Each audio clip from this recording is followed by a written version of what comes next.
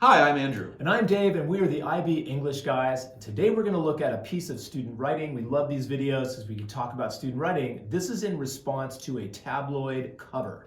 Folks, this is our last video of the countdown to paper one, where we have done 10 text types with 20 videos. This last video, Mr. Giles, we're talking about Schadenfreude. Can you remind our viewers of what we talked about last video? Yeah, so we looked at a tabloid cover that talked about the failure of the German team to go on in the World Cup. We know the World Cup comes every 4 years. This again was a British tabloid article. It used the word Schadenfreude, which is pleasure at someone else's misfortune. It was to say how much British fans love seeing the German team lose. And this again had lots of sensationalist and just provocative images. Mr. Giles, there was beer, there was barbecue, there was laughing at the Germans. This was a British tabloid. in every way. So we want to think about, first of all, the guiding question that was being asked of the students. Why don't you give that a read? Sure. The guiding question for this text is as follows. How does the publication utilize the features of tabloids to promote a message about the World Cup? Mr. Giles, I'll do the keywords this time. Okay. I see the keywords features of tabloids. I know I want to think about image. That means I want to think about, provocative language, tone, bias, omission. I know I want to think about those features, and I want to think about promoting a message in regards to the World Cup. That's right. We're thinking about both of those things. So we're going to be paying attention to that sensationalist language. So let's what do you say we just jump in and let's look at this particular piece of writing and let's talk about what we see. Sure. What do you notice in the introduction? This is our handshake, remember? Our handshake, and I've been getting a lot of questions about this on Reddit, actually, Mr. Giles, about introductions and hooks. And if you'll notice that we see every 4 years football fans and World Cup. This writer is anchoring into the topic, Mr. Giles, of World Cup football. And I think that's clever.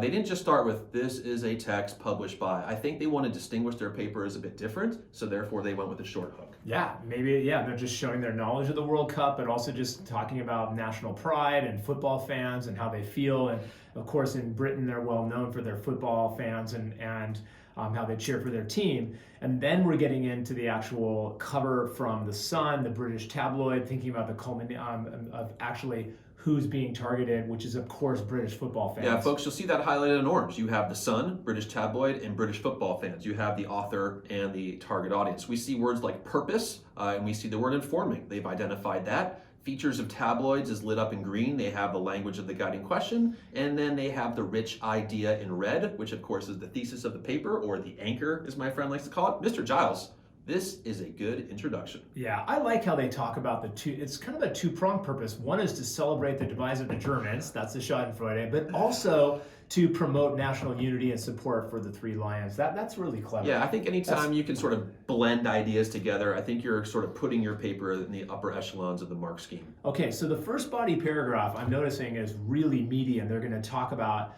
again, that focus on the support for the British football team and the elimination of the national team, anchored in an idea. Well, it's funny, Giles, because the first thing I did when I saw this paper is I quickly spotlighted that paragraph, word counted it, and it came in at 300. That is a meaty paragraph, and it makes me wonder if perhaps this writer may have wanted to break that into two.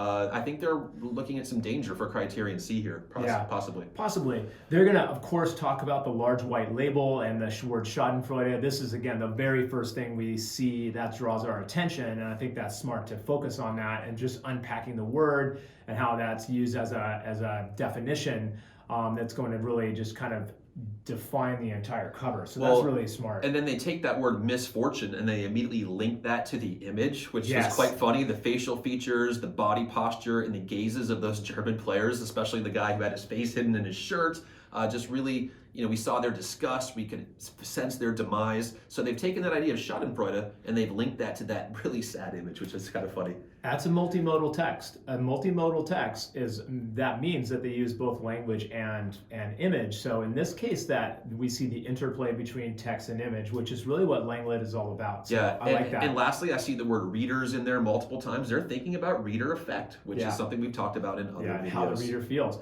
So the next body paragraph, and a nice transition. Now we're gonna, and I like how they direct our gaze to the upper left-hand panel of the cover. So they're actually looking at different parts of the cover, and this is again what we did when we discussed it. So that kind of makes sense. That's a logical way to structure this. It does, and I think again they have a really nice, rich idea in red, and they call it a clever ploy to get more English fans to engage with their content. Tell me about the phrase clever ploy. What does that ring in your mind? It sounds like evaluation to me, and that evaluative language I think is really important. That's in criteria B. We want to evaluate how things are effectively or not effectively used, so that's really smart. Yeah, in this case, we see that image of the perfect lager and how the gold color and the white foam is further maybe is inducing panic. They think they're running out of beer, and again, they're sort of taking this idea of beer, football, barbecue, Schadenfreude, and they're really trying to bring the British supporters together to continue watching World Cup football and laughing at the Germans. Yeah, that's right. And again, association is interesting. The association is that connection between the two. So the final body paragraph is again looking at that coupon in the upper right corner that's again meant to entice readers. Of course, when we see a coupon, we're thinking about saving money, which again is going to entice us to buy the magazine or buy the newspaper to get that coupon. Yeah, Mr. Giles, I'm looking at this rich idea, and I'm not sure how rich it is. Yeah. To entice readers To entice readers to continue engaging with the magazine. I feel like that's almost like to make the reader read on.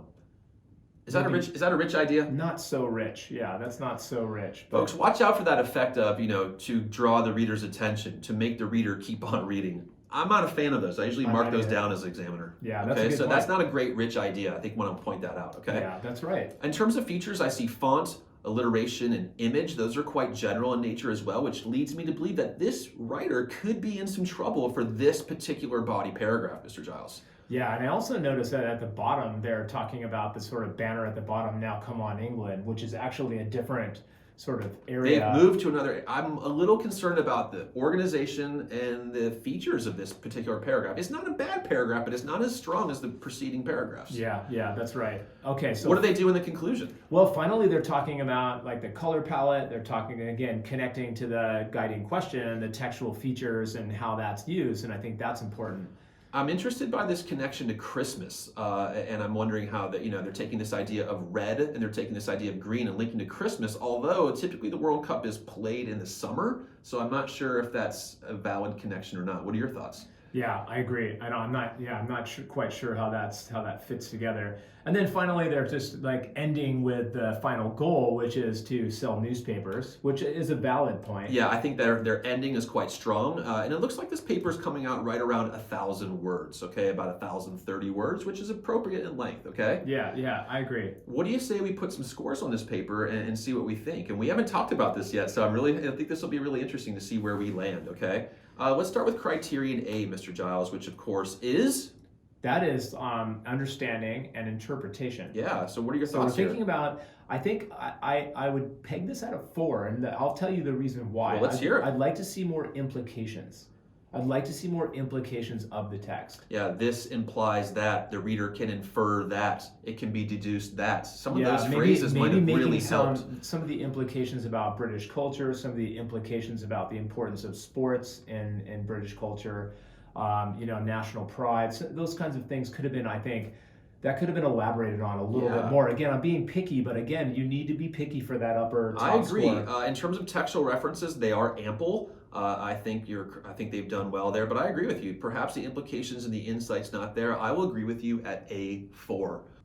All right, moving on to criteria B, analysis and evaluation. This is where I want to think about the identification of authorial choices and how they affect the reader. I see the first body paragraph has a lot of yellow with a lot of reader. I like that. The second body paragraph, again, a lot of yellow with a lot of reader connection. I like that. The third body paragraph, Mr. Giles, is a bit problematic. I didn't like the topic sentence with the rich idea. I thought it wasn't that rich. I see not as strong in terms of features. Falls apart a little. It falls apart a little. I don't see the strong evaluative language. But it's good. It's good, but it's not excellent. I'm going B4. I agree. I think for the exact same reasons. I just need to see a little bit more insight, I guess, and a little bit more sort of consistency. Agreed. With that. This is a good paper, but it's not ringing excellent in my mind. Let's talk about C a little bit. C, I think, is of a similar nature with that final body paragraph, kind of connecting to the big idea, maybe that central argument, that sort of idea of focus, and it's just a little bit lacking in that regard. So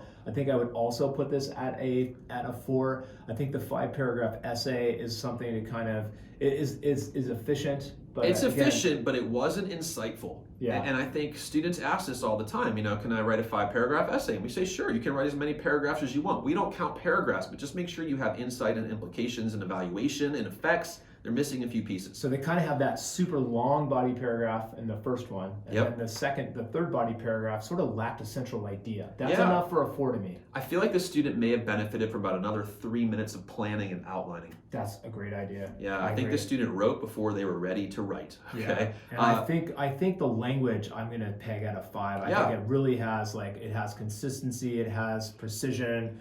It's got nice sentence variety. It really reads. It's got a flow to it. So I think while we might have been a little bit, we just held the line on all the criteria. I would say this is a 4, 4, 4, 5. I agree, which gives it a 17, which makes it a very high 6, knocking on 7's door. This would position the student very well when you consider the other parts of the course. 100%. It's a good paper, but we feel it just doesn't reach the 7 band, okay? All right, folks, in closing, we hope that this countdown to paper 1 has been insightful. We hope that our videos that look at tips on introductions and conclusions and what to do and what not to do are helpful as well.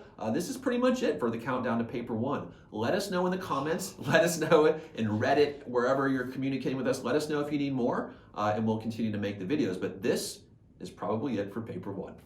Good luck, guys. Take care.